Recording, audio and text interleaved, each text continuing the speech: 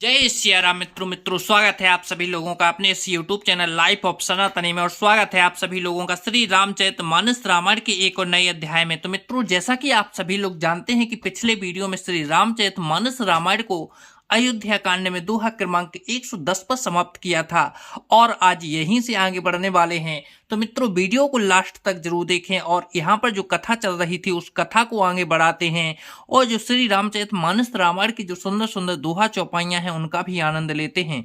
चलिए मित्रों, तो बिना कुछ देरी के वीडियो में आगे बढ़ते हैं। जय सिया राम। सजल नयन तने पुलकिन जे इष्ट देव पहचाने, परऊं दंड जिमें धरन तल दशा न जाई बखाने। अपने इष्ट देव को पहचान कर उसके नेत्रों में जल भर आया और शरीर पुलकित हो गया। वह दंड की भांति पृथ्वी पर गिर पड़ा। उसकी प्रेम विहील दशा का वर्णन नहीं किया जा सकता।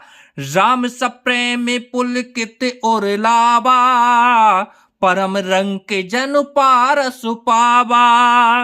मनहु प्रेम परमारथ दो, मिलत धरे तन कहे सभी को। श्री रामचंद्र जी ने प्रेम पूर्वक पुलकित होकर उसको हृदय से लगा लिया। उसे इतना आनंद हुआ मानो कोई महादरिद्री मनुष्य पारस पा गया हो। सब कुछ देखने वाले कहने लगे कि मानो प्रेम और परमार्थ परम तत्व दोनों शरीर धारण करके मिल रहे हैं। बहुर लखन पायहि सोई लागा, लीन उठाए उमग अनुरागा। पुनसिय चरण धूर धरि सीसा, जनन जाने से सुदीन है असीसा। फिर वह लक्ष्मण जी के चरणों लगा। उन्होंने प्रेम से उमंग कर उसको उठा लिया। फिर उसने सीता जी की चरण धूलि को अपने सर पर धारण किया। माता सीता जी ने भी उसको अपना छोटा बच्चा जानकर आशीर्वाद दिया। कीन्ह निषाद दंड बतते ही, मिले मुदित तिलक राम सनेही। पियत नयन पुट रूप पीयूषा, मुदित सुवसनो पाए जिमे भूखा।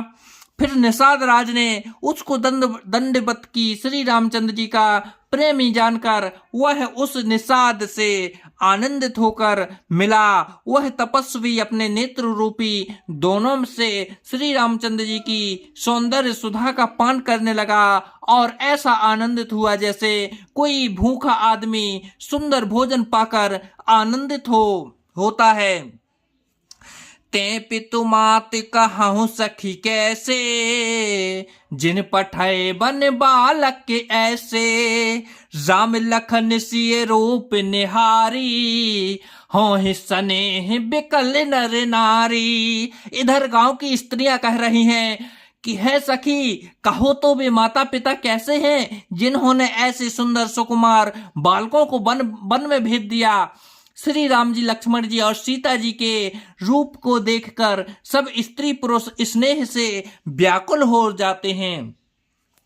तब रघुबीर अनेक विधि, सखहि सिखावनुली दीन है। राम रजाय सुशीष धरी, भवन गवनो तह कीन है। तब श्री रामचंद्र जी ने सखा गुह को अनेकों तरह से घर लौट अनेकों जाने के लिए समझाया। श्री रामचंद्र जी की आज्ञा को से चढ़ाकर उसने अपने घर को गमन किया। पुण्य सिंह राम लखन कर जोरी, जमुनहि कीन्ह पिनामो बहोरी। चले ससिय मुदित दो भाई, जब तीनों जा कई करते बड़ाई। फिर सीता जी, श्री राम जी और लक्ष्मण जी ने हाथ जोड़कर यमुना जी को पुनः प्रणाम किया और सूर्य कन्या यमुना जी की बड़ाई करते हुए सीता जी सहित दोनों भाई प्रसन्नता पूर्वक आगे चले।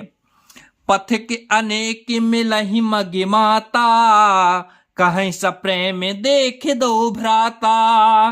राज लखन सब अंग तुम्हारे, देख सोच अति सुंदर हमारे, देख सोच अति हृदय हमारे। रास्ते में आते हुए उन्हें अनेकों यात्री मिलते हैं। वे दोनों भाइयों को देखकर उनसे प्रेम पूर्वक कहते हैं कि तुम्हारे सब अंगों में राज चिन्ह देखकर हमारे हृदय में बड़ा सोच होता है। मार्ग चलहु पयाद ही पाए, ज्यों सो झूठ हमारे भाई। अगम पंथु गिर कानन भारी, तह मह साथ नार सुकुमारी।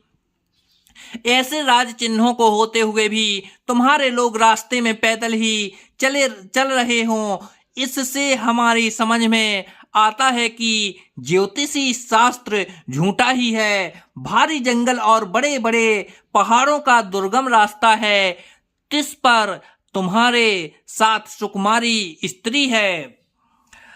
करके हरि बन जाए न जोई, हम संग चलहि सो जो आयस होई। जा भी जहां लगी तह पहुंचाई, फिर अब बहोरे तुम ही से रुनाई। हाथी पर सिंहों से भरा यह भयानक वन देखा तक नहीं जाता। यदि आज्ञा हो तो हम साथ चलें, आप जहां तक जाएंगे वहां तक पहुंचाकर फिर आपको प्रणाम करके हम लौट आएंगे। यही विधि पूछहि प्रेम बसे, पुलक गाते जलुने ने।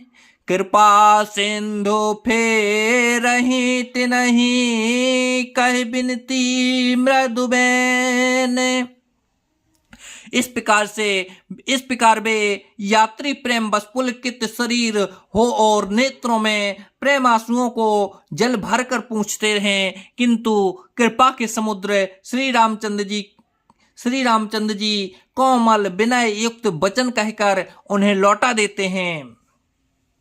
तो जय सिया राम मित्रों, आज वीडियो को यहीं पर समाप्त करते हैं और कल के वीडियो में फिर यहीं से आगे बढ़ेंगे और यहाँ जो कथा चल रही है इस कथा को भी कल के वीडियो में यहाँ से आगे बढ़ाएंगे। जब तक के लिए मित्रों, जय सिया राम, जय सिया राम।